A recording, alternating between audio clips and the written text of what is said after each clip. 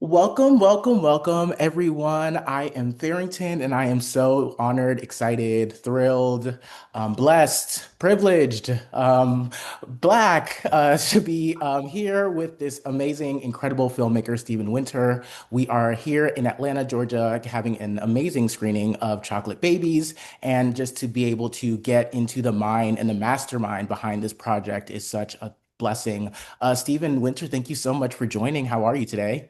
I'm wonderful and even better now after that beautiful introduction. Thank you. Oh no, I mean, talking about this film and bringing it into a theater and an audience has been something that I have just been so thrilled and just riveting about and just bragging about, especially just having that communal space, but as well just your work, as well as just your impact to this work that I do as a curator is something that is such a long time in the making, and I'm just super duper excited to chat with you.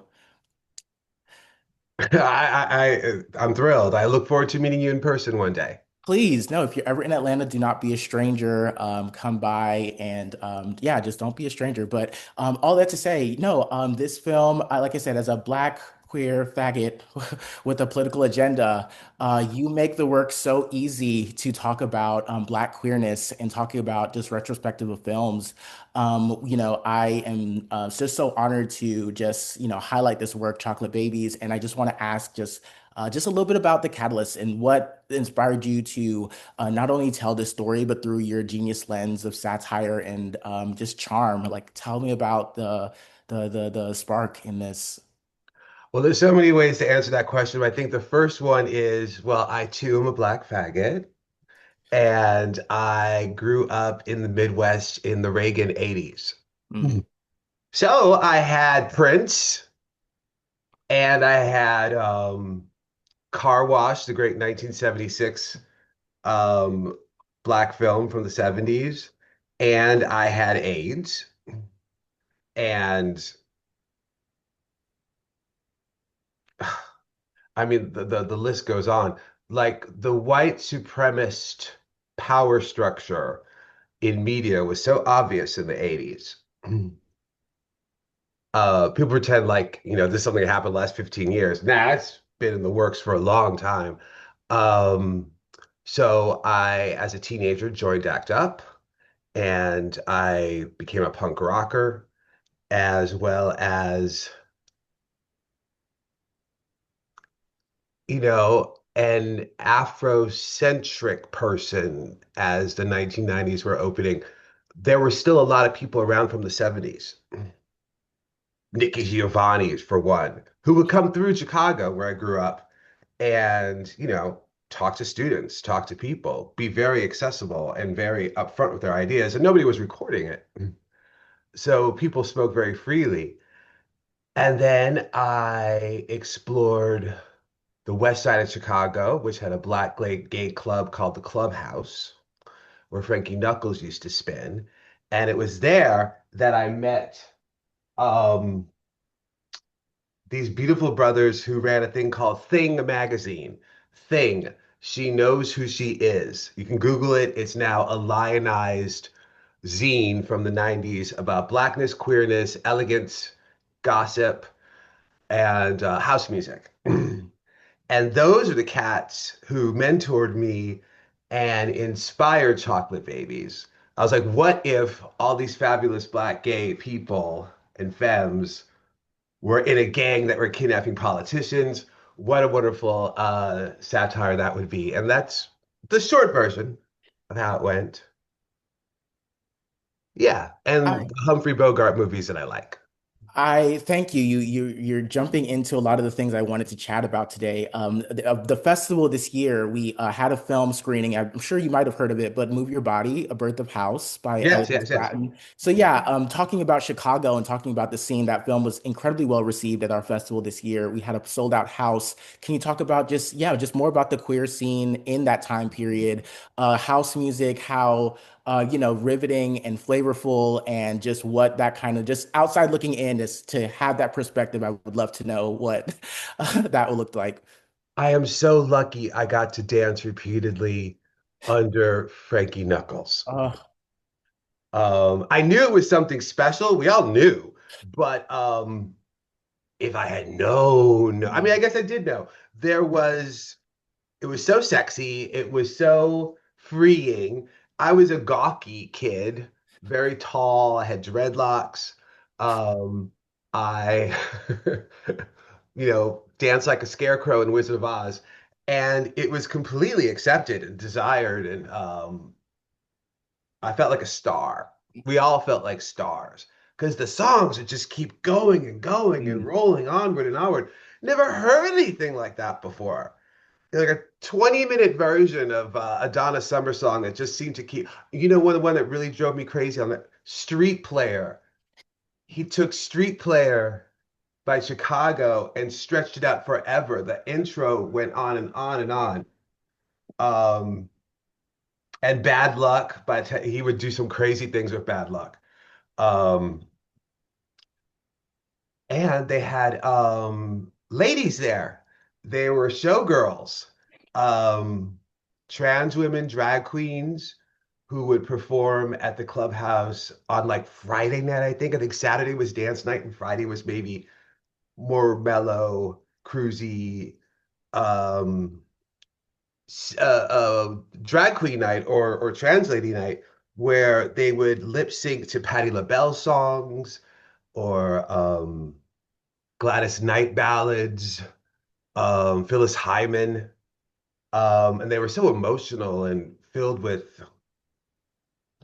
history and mm. herstory and just wisdom for the soul just by walking out there.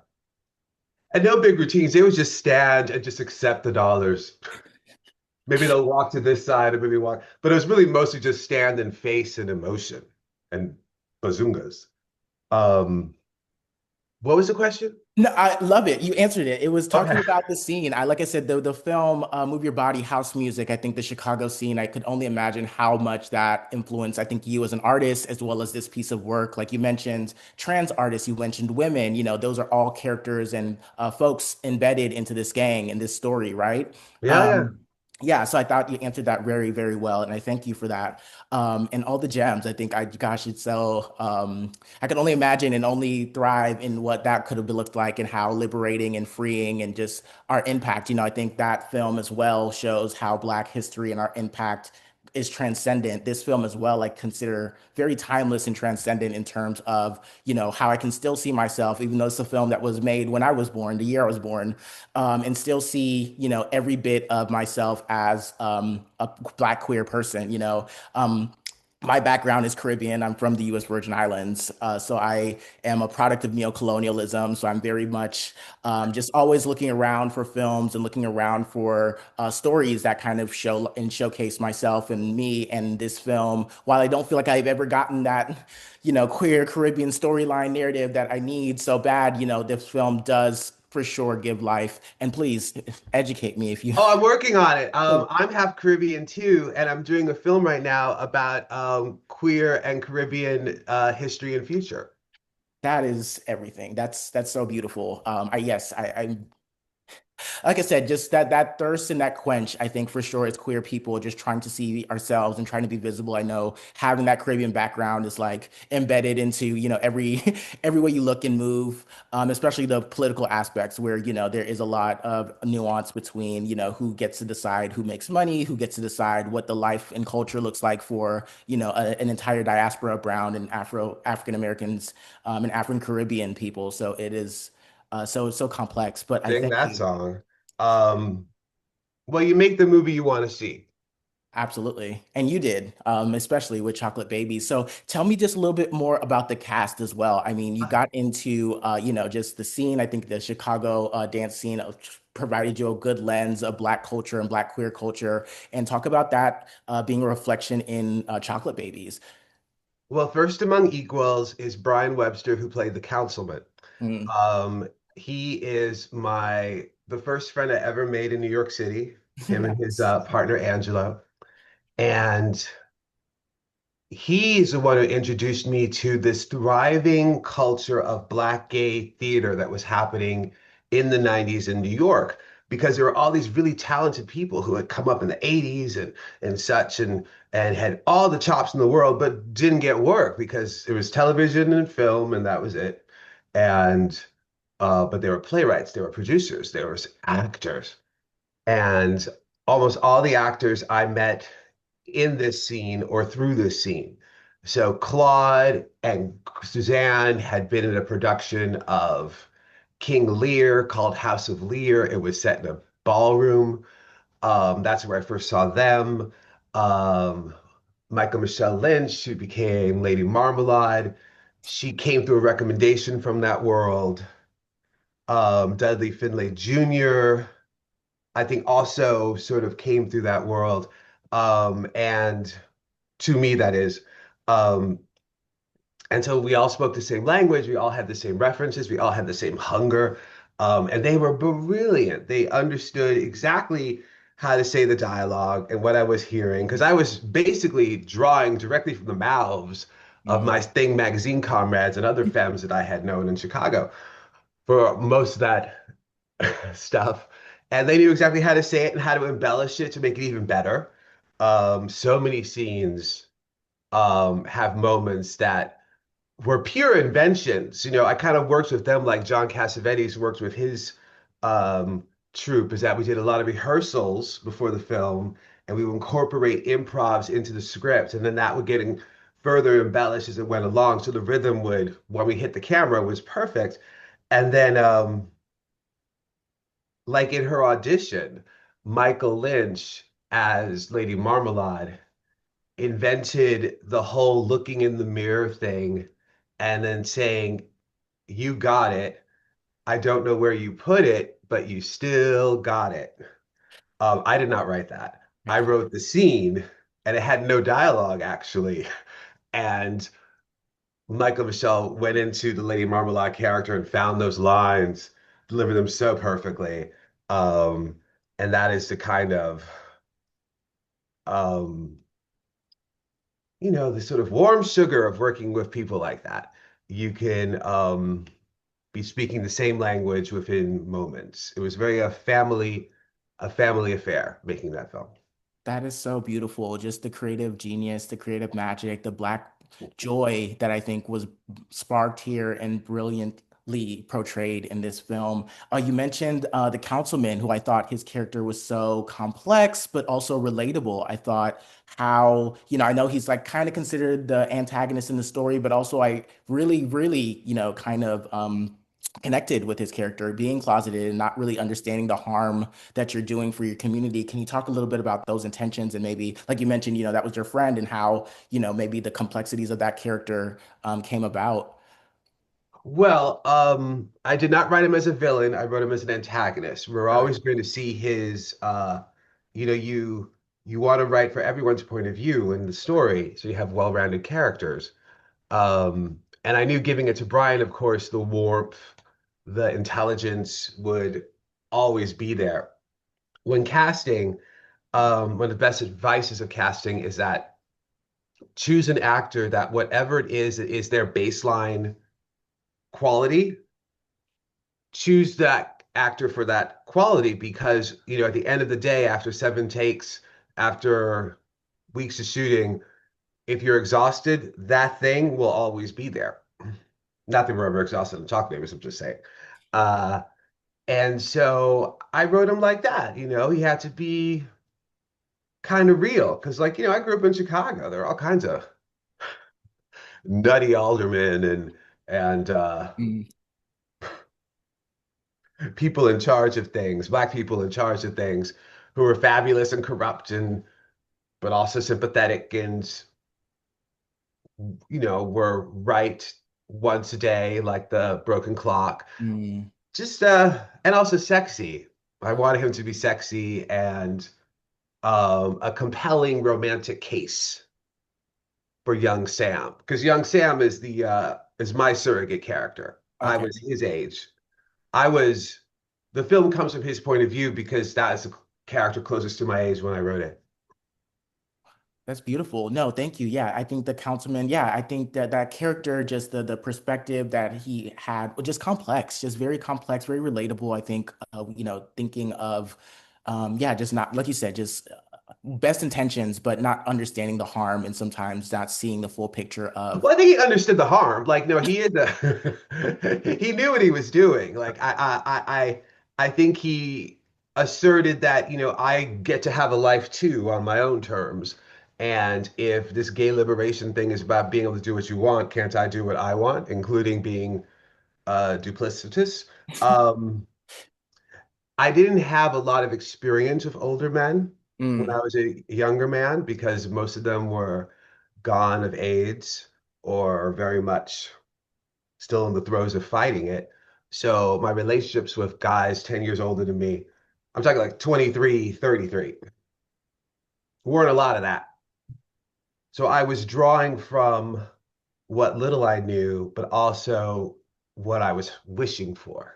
mm, But not to idealize it, I don't think Councilman Freeman would ultimately be a good match for Sam, also in the closet. They both need to be more liberated, not create a cocoon where they can stay in the walls of their own making. But I did want to see a nice case made for that. mm.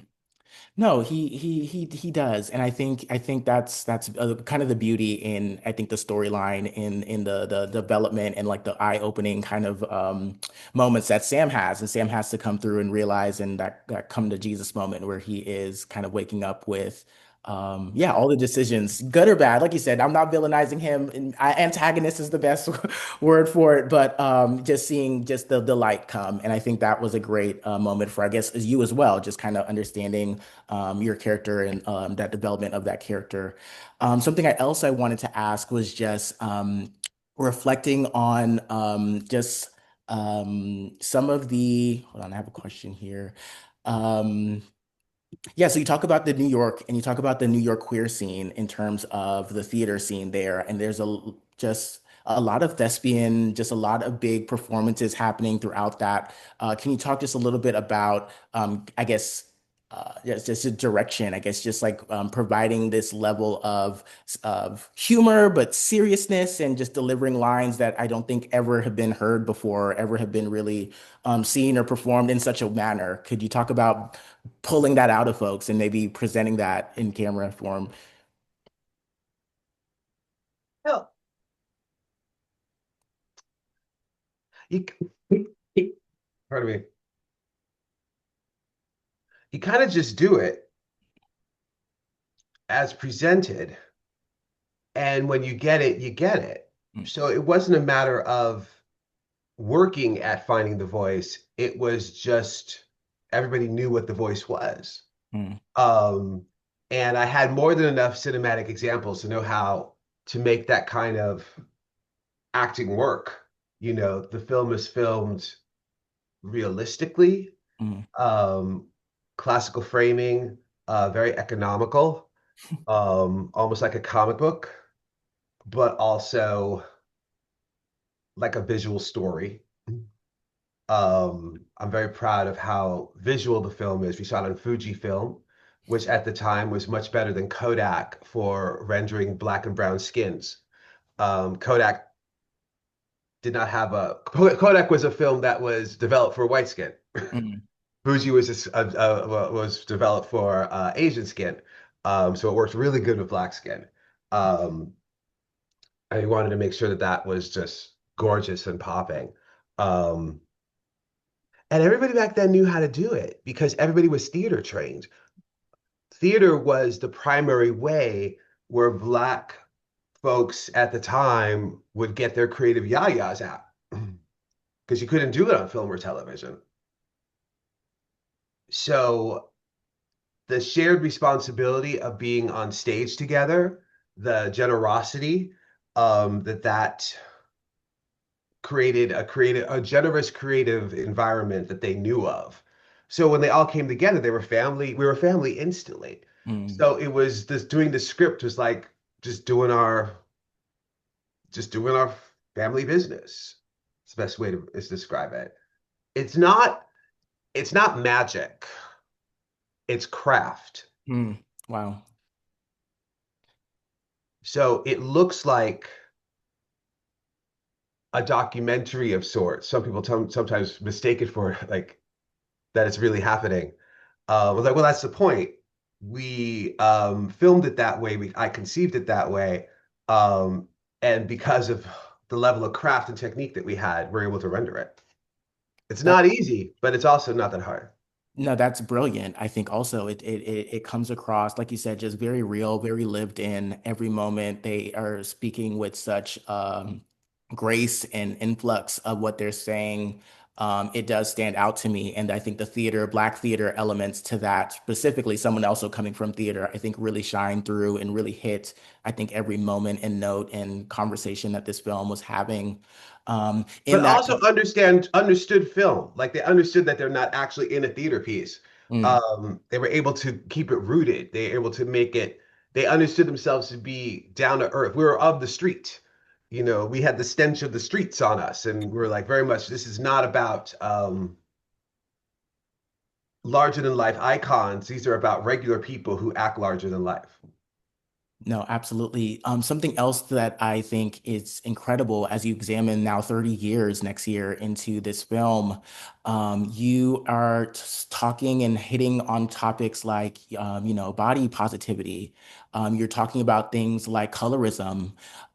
These are now, I know, like kind of buzzwords in woke culture that folks would try to frame it as and try to like quote that as, but in reality, these are actual real conversations that we are still having today and still having to recognize today.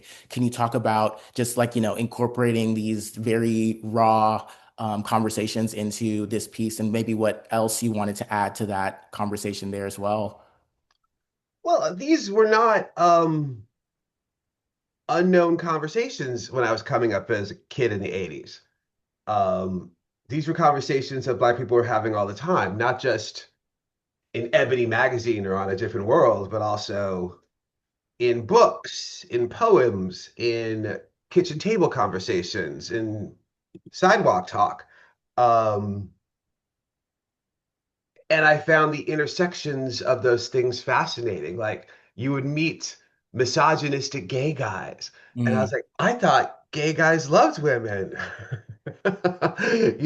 You would meet a gay guy who was, out there for HIV and out there for people of color and out there for freedom, but is against pro-choice. mm. And I'm like, boom. I'm a So teenager, close. like, what? You did what? So close, so close. Oh my God, why? And then they're like, because XYZ, XYZ. I'm like, okay. Oh. This makes zero sense in confluence of everything else that I have understood about you, but that's the complexity of folks. So, you Mm, know, and being of a, what size are you? I was 6'4". I still am. And so that brought me a lot of tall privilege, but it also kind of made me a freak. I'm always the tallest person in the room, and everyone's like, "Oh, you're so tall." So maybe that's why, or whatever, I was able to make the very basic connection of like, yeah, and this person who is deemed as overweight, but is really perhaps the healthiest person in the room by certain metrics, he got to get all this shit for it. Um, let's talk about that. It just made total sense. So I knew I was going to step on toes. Like, I was punk. I didn't give a fuck. But I was going to do it in a fun, my way, which it's not, these are not fun things to talk about, but there certainly are. I wanted to give the devil its due. mm, mm, Pay Caesar what Caesar's owed when it comes to how even folks within the progressive wings of movements can turn on each other through, yeah, I mean, I was dating a Catholic for years, like Orthodox Catholic. And I was like, we didn't, it's like, I mean, yeah.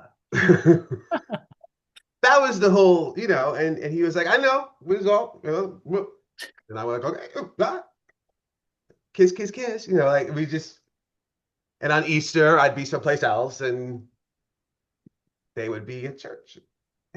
Oh no, I think that is fantastic. I really can continue to talk to you forever and ever and ever. The last thing I wanted to say, I don't know if you've seen another movie reference, last movie reference, and maybe another conversation, last bit conversation piece, especially with this film, was that I don't know if you saw One Battle After the Next. Oh yeah. Okay, great. In another conversation about Black revolutionaries, there was a famous quote in there that talked about, what does freedom mean to me? I think the sensei said that, and it was like no fear. And he jokingly called it like a Tom Cruise reference, but as most cultured Black folks know, that is a Nina Simone reference. I wanted to ask you, you incorporated Nina Simone, one of the greats, in this film as well. And can you talk to us about why it's important to give notes and ode to those legendary folks in our community still, and even in a time when yeah, even a time when that film isn't centered around. Um, Well, there is a woman, a singer, composer, and writer named Abby Lincoln. Uh, mm, and she was also an actress. She starred in several films, and an activist. She and her then husband, Max Roach, the jazz drummer, made this amazing album called We Insist, the Freedom Suite, um, which is still referenced and understood as a landmark in music and activism. And when I came to New York in the 90s, I got to meet Abby Lincoln and um, get to be mentored by her for a couple of years. Go to her house and have coffee, and she would talk and listen to music and go see her perform and take walks, et cetera, and so forth. And she said many, many, many amazing things to me. But one of the overall things that she made clear was that the reason she was here in her 60s, 70s, in the 90s, still leading her own band, writing her own songs, producing her albums, um, putting forward her art across the world, jazz, um, was because people came through her life, especially in the early days, and gave her not only encouragement, but also a roadmap in which to go down. And one of the roadmap moments I had was in Chicago in the 80s with Marlon Riggs, who came to my college. And I was able to spend a couple hours showing him my work and talking about making films. I was in such awe. Don't remember a thing he said, but I do remember the vibe and the message he was giving me about keeping steady, keeping onward. Um, so it was very natural that when I was in my 20s and writing and then directing Chocolate Babies, that all that would seep into the fabric of it. Because that was not even seep in, that was what the cloth was made of. wow, I think that shines How's through. that? Everything. I think that is so incredible. I could really sit here and chat forever and ever and ever with you. Well, let's Um, do it then. Don't go. I do wish that you would come and visit us in Atlanta. I Oh, would let's arrange that. I would love to really have a chat with you. I'm so excited to present this film to an Atlanta audience. I think the South is so incredibly disproportionately affected by AIDS and HIV. Yeah, I think this to this film day. in community, in presence, That's right. in a retrospective, I think will do an amazing number of work. So I thank you so much for making this piece and making music and making, I'm sorry, movies. And I'm sure that you have more movies coming up from what I'm hearing, which I'm super excited to look forward to. And with that, I thank you all and encourage everyone to join us on December 1st for our amazing screening of Chocolate Babies and Stephen Winter. We look forward to everything next, and we look forward to continuing this conversation truly, truly in community. And I thank you so much from one Black faggot with a political agenda. Well, thank you so much. Enjoy the film. Oh, cheers, cheers, cheers.